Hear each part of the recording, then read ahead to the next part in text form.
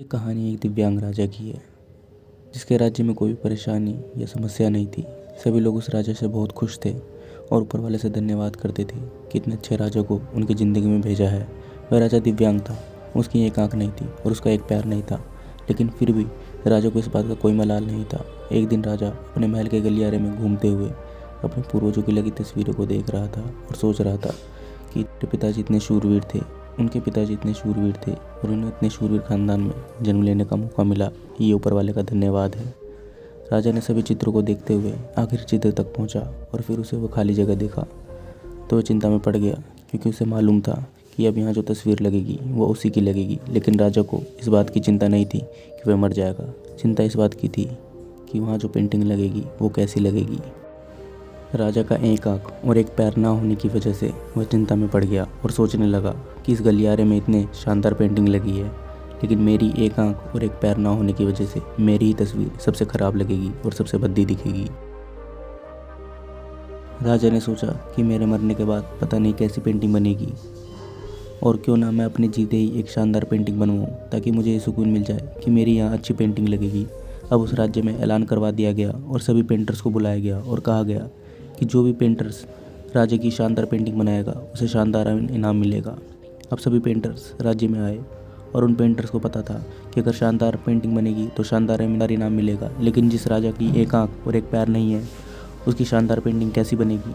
Painters सोच रहे थे कि इनाम का तो पता नहीं, लेकिन अगर शानदार पेंटिंग नहीं बनेगी और राजा को गुस्सा आ गया तो उन्हें सज़ा ज़रूर मिलेगी। तभी उनमें से एक लड़का बोला, राजा साहब, मैं आपकी पेंटिंग बनाना चाहता हूँ, मुझे 24 घंटे का वक्त दीजिए। और सभी बड़े पेंटर्स ये देख के हैरान हो गए कि ये पेंटिंग कैसे बनाएगा, ये लड़का क्या पेंटिंग बनाएगा, और अगर राजा को पेंटिंग पसंद नहीं आए तो उसे सज़ा ज़रूर मिलेगी। राजा बोला, ठीक है, आप बना कर आइए। अगले दिन वह लड़का तस्वीर बनाकर लाने वाला था और राज्य पूरी तरह से भर चुका था।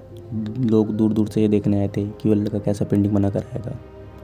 अब लड़का जब उस राजा की पेंटिंग बना कर लाया तो सारे लोग आश्चर्यचकित रह गए। सब लोग ज़ोर ज़ोर से तालियां बजाने लगे और सीटी बजाने लगे। और जब राजा ने उस पेंटिंग को देखा तो वो बहुत खुश हुआ और बोला कि वाह, इससे अच्छी पेंटिंग तो पूरे गलियारे में नहीं है। राजा ने उस लड़के को बहुत सारा इनाम दिया। अब आप सोच रहे होंगे कि उस राजा की क्या पेंटिंग बनी होगी जिसकी एक आंख नहीं और एक पैर नहीं है। कैसी पेंटिंग बनी होगी। उस तस्वीर में लड़के ने उस राजा को एक घोड़े पर सवार किया था। एक साइड से उस राजा का एक पैर दिख रहा था और राजा तीरंदाजी करते हुए निशाना लगा रहा था, और निशाना लगाते वक्त एक आंख बंद हो जाती है, और उस लड़के ने उस राजा की वही आंख बंद की थी जो राजा के पास नहीं थी।